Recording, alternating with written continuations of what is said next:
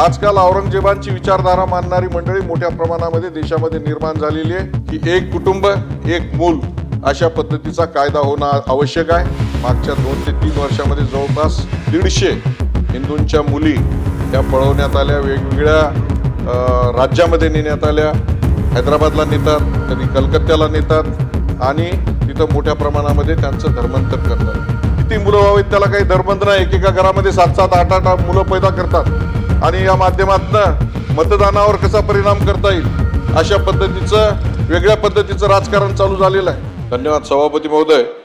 मी तुमचे मंत्री महोदय आपलं मनापासून अभिनंदन करतो की आपण हा कायदा या महाराष्ट्रामध्ये आणलेला आहे। हा कायदा काळानुरूप अतिशय आवश्यक असलेला असा हा कायदा आहे। सभापती महोदय, मी कुठलाही जातपात धर्म पंथ मानणारा माणूस नाही। माणसाला माणूस समजणारा मी एक माणूस आहे आणि हा कायदा आल्यानंतर थोडंसं मला जरा भारत देशाच्या इतिहासाकडे जावंसं वाटतं। एकेकाळी हा जो हिंदुस्थान आजच्या इराणपासून तर कंबोडियापर्यंत पसरलेला हा भारत देश होता। आपण बघतो की कंबोडियामध्ये अँकर वोट सारखी जगातले सगळ्यात मोठे मंदिर आहेत आणि गेल्या जवळपास 1200 वर्षापासून हजारो आक्रमणं या देशावरती झाले आणि ही आक्रमणं झाल्यानंतर मोठ्या प्रमाणामध्ये धर्मांतर या देशामध्ये झालेले आहेत आणि त्यासाठी हा कायदा अतिशय आवश्यक आहे। मी परमपूजनीय डॉक्टर बाबासाहेब आंबेडकर यांचं आभार मानतो की त्यांनी ज्यावेळेस त्यांना धर्मांतर करायचं होतं त्यावेळेस त्यांनी या हिंदुस्थानामध्ये जन्माला आलेले जे धर्म होते, म्हणजे बौद्ध धर्म असेल, भगवान बौद्ध जे आहेत ते आमच्या हिंदुस्थानात होऊन गेले किंवा भगवान महावीर असतील हिंदुस्थानात होऊन गेले, तर त्याचा विचार केला।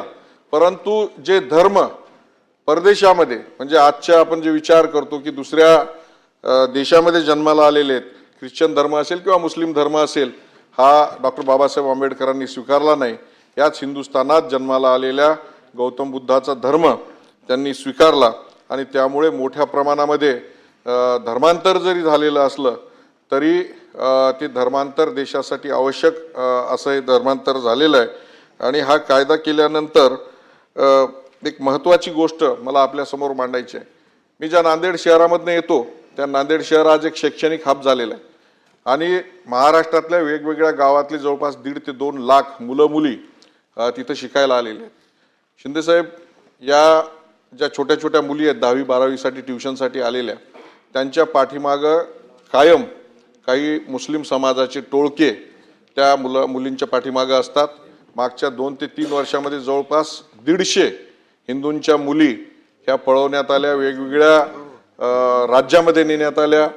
हैदराबादला नेतात, कधी कलकत्त्याला नेतात आणि तिथं मोठ्या प्रमाणामध्ये त्यांचं धर्मांतर करतात।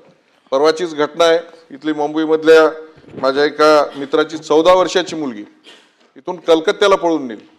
कलकत्त्यावरनं आम्ही 2 दिवसामध्ये तिला परत आणलं। परंतु हे जाणीवपूर्वक ठरवून, पूर्वी मला वाटायचं की लव जिहाद हे केवळ बोलण्यासारखं बोलल्या जातंय किंवा अपप्रचार केला जात, तसं नाही। हे ठरवून तुम्हाला सांगतो मोठ्या प्रमाणामध्ये लव जिहाद हा देशामध्ये केल्या जात आहे। मी पण छत्रपती शिवरायांचा विचारधारा मानणारा कार्यकर्ता आहे, हिंदू हृदय सम्राट बाळासाहेब ठाकरे यांची विचारधारा मानणारा कार्यकर्ता आहे। छत्रपतींची विचारधारा काय होती की कल्याणच्या सुभेदाराची सून आहे, तिला ती आणल्यानंतर तिला साडी चोळी तिला सन्मानानं परत पाठवणारी ही विचारधारा आमची आहे। परंतु आजकाल औरंगजेबांची विचारधारा मानणारी मंडळी मोठ्या प्रमाणामध्ये देशामध्ये निर्माण झालेली आहे। 1000-1000, 2-2 हजार जनानखाना बाळगणं किंवा देवगिरीचा इतिहास बघितला तर त्यांची ती अल्लाउद्दीन खिलजीने त्यांची मुलगी परदेशामध्ये तिकडं आजच्या अफगाणिस्तानमध्ये पळून नेली। तर त्यांच्या विचारधारा करणारे, त्यांच्या चौकाचे नाव देणारे असे लोक मोठ्या प्रमाणामध्ये या देशामध्ये तयार होत आहेत। माझी आपल्याला विनंती आहे सभापती महोदय, आपण ख्रिश्चनांचा जरी इतिहास काढला, गोव्याचा इतिहास बघा, आपण मोठ्या प्रमाणामध्ये तिथं हिंदूंचे मंदिरं पाडले गेले, मोठ्या प्रमाणामध्ये तिथं बाटवले आले। वसई विरार भागामध्ये गेलं तर पाव टाकला विहिरीमध्ये आणि आदिवासी बांधवांनी तिथल्या विहिरीचं पाणी केलं की त्यांचं ख्रिश्चनीकरण झालं। माझ्या किनवट आणि माहूर भागामध्ये मोठ्या प्रमाणामध्ये बंजार समाज आहे, त्याच्यामध्ये गोर बंजारा समाज मोठ्या प्रमाणामध्ये आहे। त्या समाजामध्ये तिथं छोटे छोटे हॉस्पिटल्स उघडलेले आहेत, त्यांना पहिले वैद्यकीय सुविधा देतात आणि नंतर पैशाचे आमिष देऊन मोठ्या प्रमाणामध्ये त्यांचं धर्मांतर करण्यात येते। ते धर्मांतराचं प्रमाण मोठ्या प्रमाणामध्ये वाढलेलं आहे। माझी सभापती महोदय आपल्याला विनंती आहे की या धर्मांतरणाचा जसा कायदा आणलेला आहे त्या पद्धतीनंच आपण लोकसंख्या नियंत्रणाचा कायदा आणणं अतिशय आवश्यक आहे।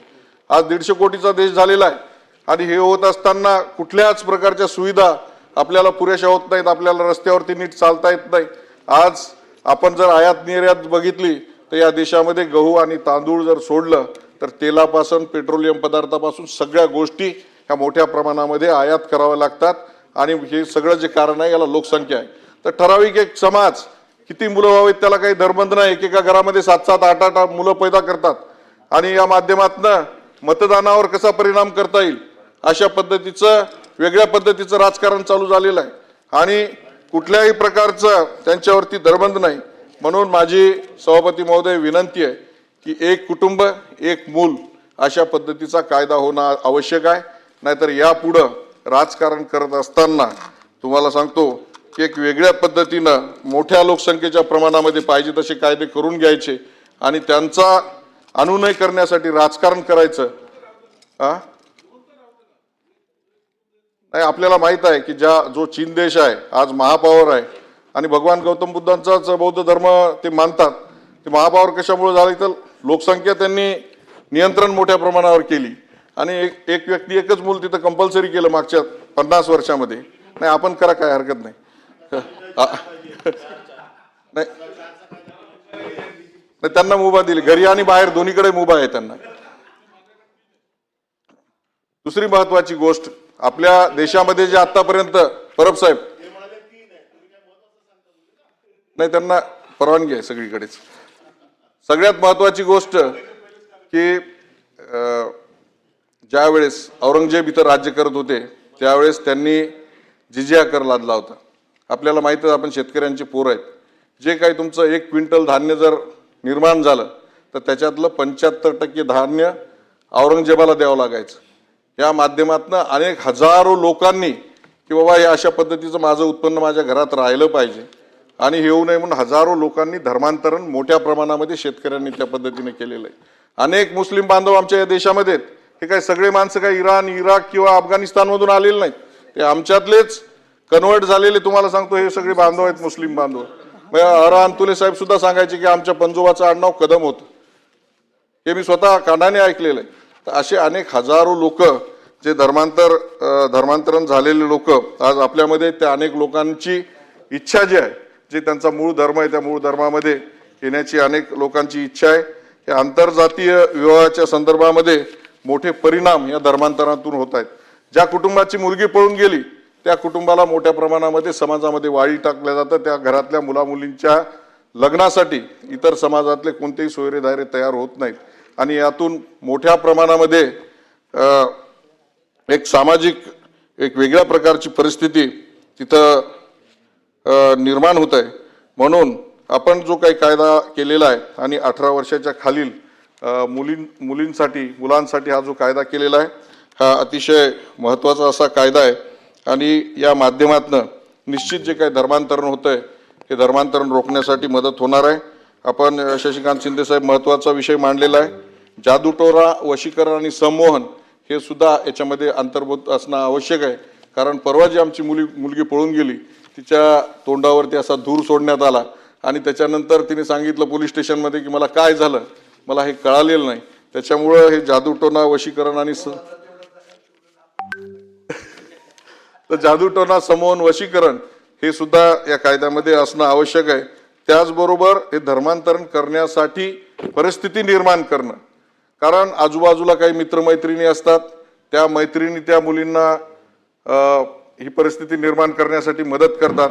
तेव्हा परिस्थिती निर्माण करणाऱ्यांवर सुद्धा अशा पद्धतीची जर कारवाई झाली तर निश्चित ही धर्मांतरण करण्यासाठी अशा पद्धतीची धर्मांतरण करण्यासाठी जबरदस्ती करणार नाहीत।